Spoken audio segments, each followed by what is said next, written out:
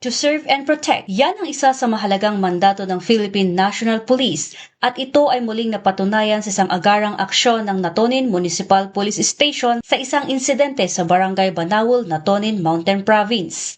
Noong hapon ng Abril 12, 2026, bandang alas 4, isang tawag ang natanggap ng Natonin Municipal Police Station mula sa isang concerned citizen kung saan isang aksidenteng pagkahulog ang agad na iniulat na nangangailangan ng agarang tulong.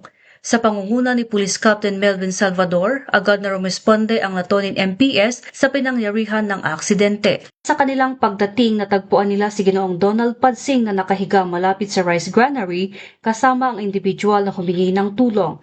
Bagamat walang natamong sugat, siya ay nahihilo at hindi makatayo.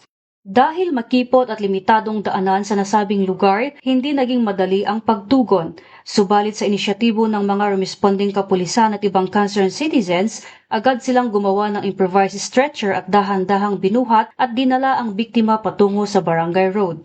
Sa bawat hakbang, ipinakita ang tunay na diwa ng bayanihan at malasakit sa gitna ng kagipitan.